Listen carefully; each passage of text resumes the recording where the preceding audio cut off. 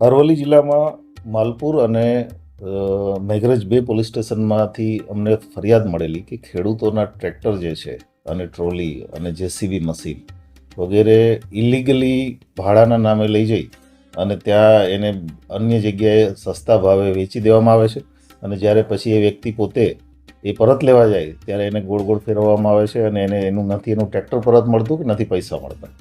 આ પ્રકારની ફરિયાદના આધારે માલપુર અને મેઘરજ બંને પોલીસ સ્ટેશનમાં અમે એફઆઈઆર દાખલ કરેલી.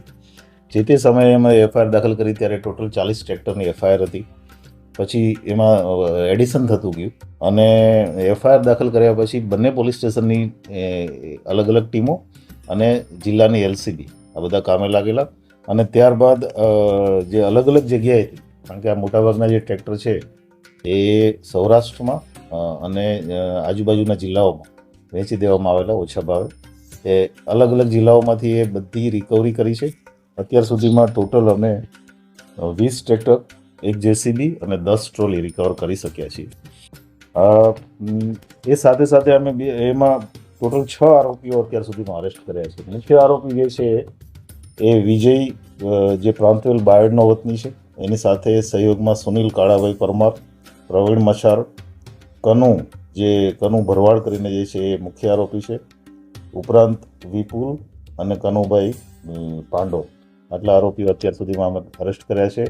આરોપીઓના 3 દિવસના રિમાન્ડ ઉપર છે.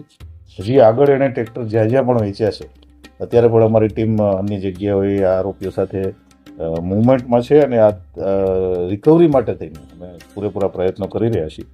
ટોટલ બંને પોલીસ સ્ટેશનમાં થઈ અને અમે લગભગ 4 કરોડની મુદ્દામાલની રિકવરી કરી છે.